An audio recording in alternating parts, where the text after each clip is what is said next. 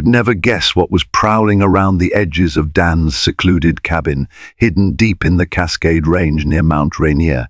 In the stillness of an early autumn dawn, the creaking of a front porch and heavy, shuffling steps alerted him that something big was at his door. He woke with a start, his heart hammering in his chest. Peeking out a window, he saw a bulky silhouette, a black bear, pawing at the door as though it wanted in. At first, Dan told himself it must be hunting for food, perhaps drawn by the scent of grease or leftovers. But later, staring at deep claw marks on his door and the muddy paw prints across the porch, he had the unsettling feeling that this visitor wasn't motivated by typical bear instincts alone. Dan had moved to this remote cabin nearly a year ago, seeking refuge from the ceaseless bustle of his former life in Seattle. Growing up in a crowded city, he'd always yearned for open skies, tall evergreens, and the quiet hush of nature at dawn. Pushing past 30, he decided to go all in on solitude.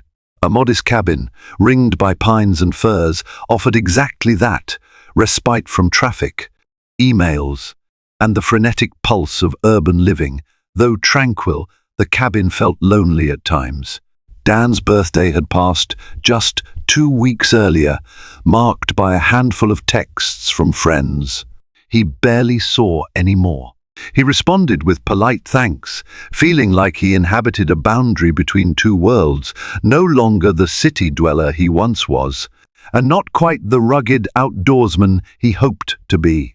Autumn had set in. Crisp breezes carried the faint smell of wood smoke from distant campfires. The towering trees overhead whispered with each passing gust. At night, Dan found it both comforting and disconcerting to realize how alone he was. One afternoon, Dan noticed gouges in the wood near his trash bin. The lid had been flung aside. Deep scratches, reminiscent of what he'd seen in wildlife documentaries, lined the sides. With a lurch of the stomach, he recognized them as bear claw marks. He stashed his bin inside a locked shed and tried not to dwell on it. Bears were fairly common in the Cascade foothills, and the local rangers always warned residents to secure trash. But that night, Dan locked his shutters with shaking hands. Something about those claw marks made him feel more vulnerable than usual. Then came that pre-dawn knocking, a scraping, insistent sound at the door. Through the pale morning light, Dan glimpsed the black bear testing the threshold. Nothing but a pane of glass and a flimsy door separated him from a creature strong enough to splinter wood. His pulse hammered as he quietly phoned the ranger station, leaving a message. By sunrise, the bear was gone. It had wandered away, leaving behind muddy prints on the porch. Dan felt rattled. He'd come here to find solitude, but he realized how thin the barrier was between himself and the wild. When a park ranger, Thompson, returned his call, she advised basic precautions: bring in the trash, remove potential food sources, and only call again if the bear showed aggression. "It's probably just looking for scraps," she told him. "They're more curious than dangerous. Give it no reason to hang around." Yet Dan couldn't shake a sense that the bear's behavior was strangely purposeful. It lingered at his door in a way that felt almost focused. Despite storing away all possible lures, the bear returned. Night after night, Dan was woken by the alarm of his newly installed motion sensors. He'd see the black shape prowl around his porch, scratching at the wood, rumbling low in its throat. The curious part was that it never acted purely predatory. It paced, huffed, and pawed as though searching for something beyond mere food. Worn down by fear and sleeplessness, Dan bought an air horn and bear spray. The first time he blasted the horn, it startled the bear, forcing it to retreat into the dark. For a while, Dan believed that might solve the problem. Yet the following night, the bear returned again, undeterred by flashing lights or noise. As the visits continued, Dan's nerves frayed. He'd been a freelance web designer, content to build sites by day and read or hike by evening, but now he was missing deadlines and ignoring emails. His nights were spent peering through windows at a hulking visitor. Why is it so intent on my cabin? He thought. Could there be a hidden source of food, or maybe a scent that draws it? In the attic, Dan kept a trunk of keepsakes from his mother, who had passed away years before. He found a threadbare copy of John Muir's My First Summer in the Sierra, covered in his mother's notes. She had always adored nature's quiet wonders. Digging deeper, he found an old Polaroid of himself and his late father at a zoo, gazing at a black bear behind thick glass. Dan recalled how he'd once blurted, "I wish I could bring one home." His father had laughed. "They have their world, we have ours," he'd said. Now a black bear was literally trying to break into Dan's world. The irony wasn't lost on him. He felt a tug of wonder and a tremor of dread. One particularly windy night, Dan was jolted awake by a thunderous impact at the front door. He rushed to the foyer, heart pounding, expecting the worst. The door shuddered under a massive force. The hinges squealed. And then it stopped. He heard panting loud, labored breathing just outside. Then the noises shifted to the back of the cabin, where he remembered there was a small hatch that led into the crawl space. Fear clutched him. The boards beneath the cabin were old, easily breakable. If the bear ripped through them, it could enter the basement. He called the ranger station in a panic, and to his surprise, someone answered. They sent a team out with tranquilizer rifles, arriving quickly with headlights cutting through the swirling gusts. They found the bear near the cabin's foundation, looking exhausted yet stubborn. When the rangers tried to aim, it hobbled into the dark woods before they could shoot. Inspecting the damage, the rangers found the crawl space hatch torn clean off, though nothing inside seemed to attract a bear. No stored food, no dead animals. Dan was baffled. The rangers suggested maybe it was a female bear disoriented by a lost cub, or one that had grown oddly accustomed to humans. They promised to patrol the area more often, but assured him there was only so much they could do unless it threatened human life. The next day, Dan forced himself into the cramped crawl space to see what needed fixing. While shining a flashlight around, he discovered a wooden box wedged behind some loose boards. Coated in dust and adorned with faded carvings, it was sealed by a rusty latch. Intrigued, he pried it open with a screwdriver. Inside were yellowed documents from the early 1900s, a homestead claim belonging to someone named Elijah Kincaid, and a small leather-bound journal. There was also a tarnished brass key. Reading by the light of his flashlight, Dan found journal entries describing Elijah's life in a cabin near the forested foothills of Mount Rainier. One passage stood out. May 14, 1910. I sense the presence of the great black again. It roams these woods as if guarding a secret. When I see it, I feel not terror but awe. My father spoke of a bear that has wandered these mountains for untold years, protecting something sacred. Further entries described storms and fevers, nights when Elijah believed the bear came to his door, wanting entry. A final, legible line mentioned the old pendant said to belong to Elijah's grandfather, possibly containing something crucial. Perhaps we have something that belongs to them. The writer mused. No pendant was in the box, just the journal, the property records, and that key. Yet Dan's blood raced as he realized the parallels. A black bear trying to get into a remote cabin, drawn by something intangible. Could the item Elijah wrote about still be hidden here? Spurred on by this mystery, Dan spent an afternoon tapping walls and lifting floorboards. Upstairs in the attic, under a loose plank near his mother's trunk, he discovered a small compartment. Inside was a tarnished locket on a thin chain, etched with a stylized bear paw. Opening it, Dan found a scrap of parchment with the same symbol. All of it felt surreal. Had this pendant originally belonged to Elijah's family? Could this be what the bear was sensing? However outlandish, Dan couldn't ignore the strange parallels. The bear's unrelenting attempts to break in, the century-old journal about a great black searching for an heirloom. That evening, a notion took hold. Perhaps the bear wasn't just rummaging, it truly wanted whatever was concealed within the cabin. Exhausted but determined, Dan set the locket on a small table near the door, half hoping to see if the bear would react differently upon detecting it. True to form, the bear returned in the small hours, tripping the motion alarms. Dan mustered the nerve to crack the front door. The bear snorted, its massive frame just feet away, eyes gleaming in the porch light. Fear rolled through Dan, but he pointed a trembling flashlight at the table inside, where the locket rested. "Is this what you're after?" he murmured, knowing how absurd it was to speak to a bear as if it might answer. The animal merely huffed, then pressed closer, its ears flicking at the chain's faint glint. Fear overtook him, and Dan slammed the door. Heart thudding, he expected a violent response, but instead heard a single grunt before the porch creaked under the bear's retreat.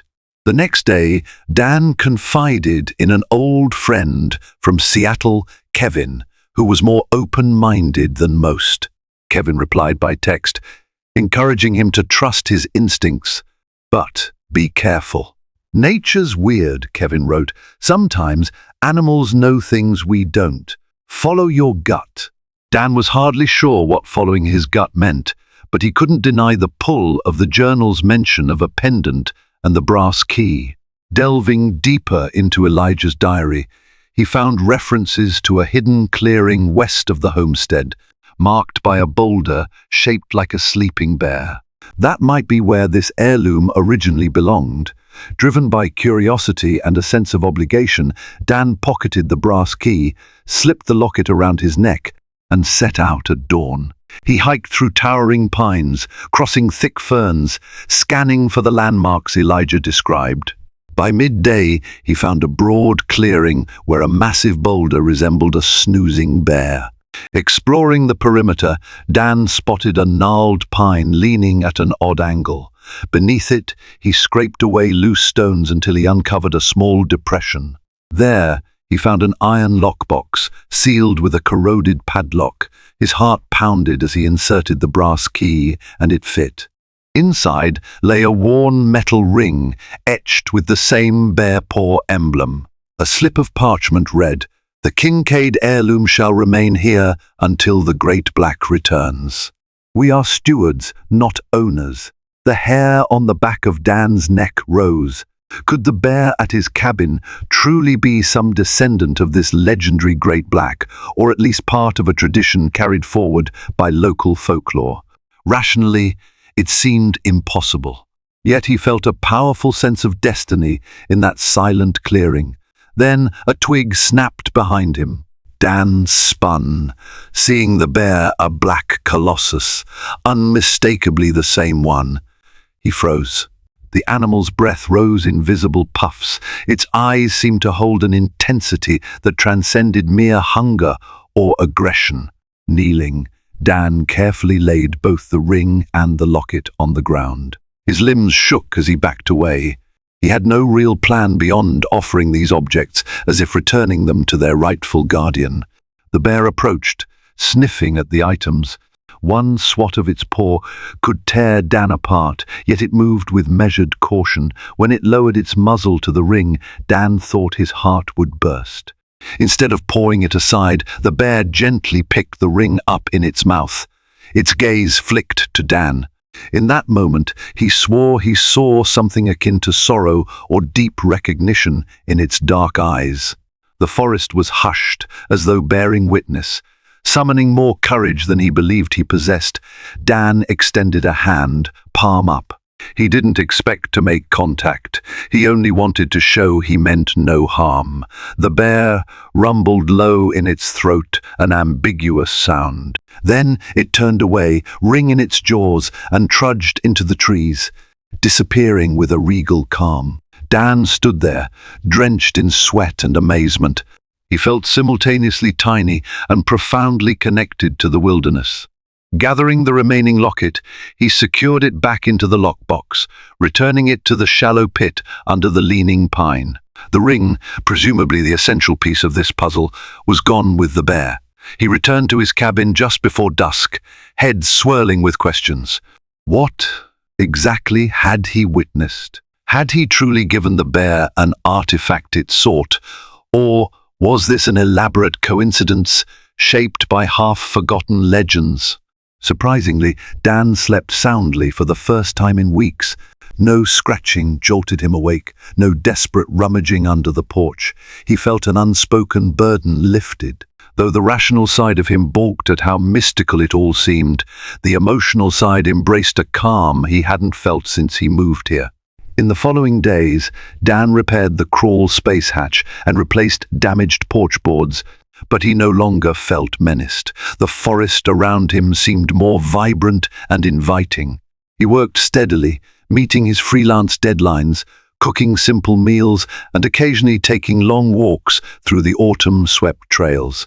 Little by little, he also confronted emotional wounds he'd buried, the loss of his mother, the guilt of drifting from friends, and an unacknowledged ache for acceptance. Something about facing the bear and giving back whatever it sought felt like facing the intangible burdens in his own life. Weeks turned into months. A mild winter settled in around the cabin, dusting the evergreens with snow. One morning, while trekking through the frosty clearing, Dan spotted a different black bear in the distance, smaller, perhaps a yearling. It paused, gazed his way, then ambled off. Dan felt no anxiety, only respect. The bond between man and wild had, in a subtle but powerful way, reshaped his perspective. Encouraged by these events, Dan began jotting notes in his own journal. He detailed the sleepless nights, the battered door, the discovery of Elijah's diary, and the final meeting in the clearing. He reflected on a line his mother had underlined in John Muir's book: "When one tugs at a single thing in nature, he finds it attached to the rest of the world." Never had it felt more true. Free from the nightly intrusions, Dan's life found a gentle rhythm, answering client emails, chopping firewood, and taking meditative walks through the quiet forest. He'd left the old locket in the ground, believing it belonged there, resting in the place Elijah's family had once designated. Part of him hoped the bear had found peace, too. Occasionally, Dan wondered if the entire experience might sound delusional if he tried to share it. But he did confide the full story to Kevin, who listened with rapt attention. "That's incredible," Kevin said. "Maybe it wasn't just a bear. Maybe it was something older, wilder. Or maybe that's just the magic of nature." By the time spring arrived, Dan was no longer just a solitary soul escaping the city. He was a person integrated into the forest's life, mindful of the deep ties binding humans to their environment. He planted a small garden, lent a hand to a ranger-led conservation program, and even befriended a couple who lived 2 miles down a winding dirt road. He might never be a social butterfly, but he no longer felt lonely in his quiet sanctuary. One morning, after the snowmelt, Dan spotted fresh, oversized paw prints in the mud near his porch. They led away from the cabin, not toward it. He followed them for a short stretch until they vanished into the thicker underbrush. Though he saw no sign of the bear, he whispered a soft thanks. In that wordless exchange, a man quietly acknowledging the presence of a creature who once caused him terror, Dan felt a profound gratitude. The bear had, in some strange way, called him to face the boundaries between the human and the wild, between past and present. A full year passed since the bear's first appearance. Dan invited a few long-time friends to his cabin for a small birthday gathering. Kevin came out, along with 2 others who'd never been this far from Seattle's bright lights. As they sat around a crackling campfire, Dan recounted the curious tale of the black bear, Elijah Kincaid's journal, and the hidden ring. He half expected disbelief, but his friends listened with childlike fascination. "That's downright mystical," one said. Eyes wide, Kevin lifted his mug. To Dan, who reminded us that sometimes nature's biggest surprises happen right on our doorstep. They toasted under a sky thick with stars. That night, Dan stood on the porch after everyone went to bed, gazing at the vast, shimmering heavens. He thought about the old diaries, the formidable bear, and the fragile line between fear and awe. He remembered how, during those frightening weeks, he'd been poised to flee, yet he stayed, faced the unknown, and found an unexpected harmony. He could still picture the bear's final look in the clearing. He might never fully decipher the meaning of that shared moment, but he knew it changed him. It healed something in him that he hadn't even realized was broken. Over time, Dan resumed a normal routine, finishing web design projects, splitting logs, writing personal reflections about life in the wild. When occasionally asked by clients or acquaintances why he lived so remotely, he'd simply smile. If they seemed genuinely curious, he would tell them a pared-down version of his story. "There was a black bear that persistently tried to break into my cabin only. It wasn't after food. It wanted something older, something that connected past generations to the present. Along the way, I discovered that it woke up parts of me I'd kept hidden." To those who scoffed, Dan offered a good-natured shrug. Nature holds countless secrets. Maybe you'll find one of your own someday. Though he never saw the same bear up close again, Dan would occasionally sense its presence in the stillness of a foggy dawn or the hush of twilight. On certain evenings, as the last light faded, he could almost picture a broad figure observing him from the edge of the pines. Rather than fear, he felt kinship, like greeting a friend who no longer needed to knock. Life rolled on with its ebbs and flows. Dan's once lonely cabin became a home brimming with warmth, personal reflection, and gratitude. He never moved the lockbox from that hidden clearing. If anything, he considered it an honor to be the caretaker of an ancient story. Perhaps it was all folklore, coincidence, and happenstance. But Dan had felt the bear's urgency, had sensed its almost sacred quest for an item once guarded by human hands. In those final pages of Elijah's journal, Dan had read about the dilemma of whether to keep the barrier between man's hearth and the wild spirit. He realized that sometimes those barriers should be tested. Perhaps that was the deeper meaning. We are stewards of the forest, its history, and the stories that weave our lives together with the natural world. And so, whenever Dan took a stroll at dusk, listening to the wind high in the firs, he would recall that fateful night the bear banged on his door. He'd remember how he'd stood trembling, convinced he was about to lose the safe solitude he'd sought. Yet in answering that knock, albeit gradually and fearfully, he found more than just a resolution to a persistent pest. He found a glimpse of the timeless bond between humans and nature, something that defies simple logic and opens the heart to wonder. Even if no one else fully grasped the magnitude of what happened, Dan did. And that truth was enough to reshape his days, allowing him to live in deeper harmony with the forest that had welcomed him, bear and all. Thank you for reading this retelling of Dan's mysterious encounter. His experience reminds us that the wild spaces around us and the creatures who live there may hold secrets beyond our everyday understanding. When we face our fears with humility and curiosity, we open ourselves to unexpected connections that can transform our lives.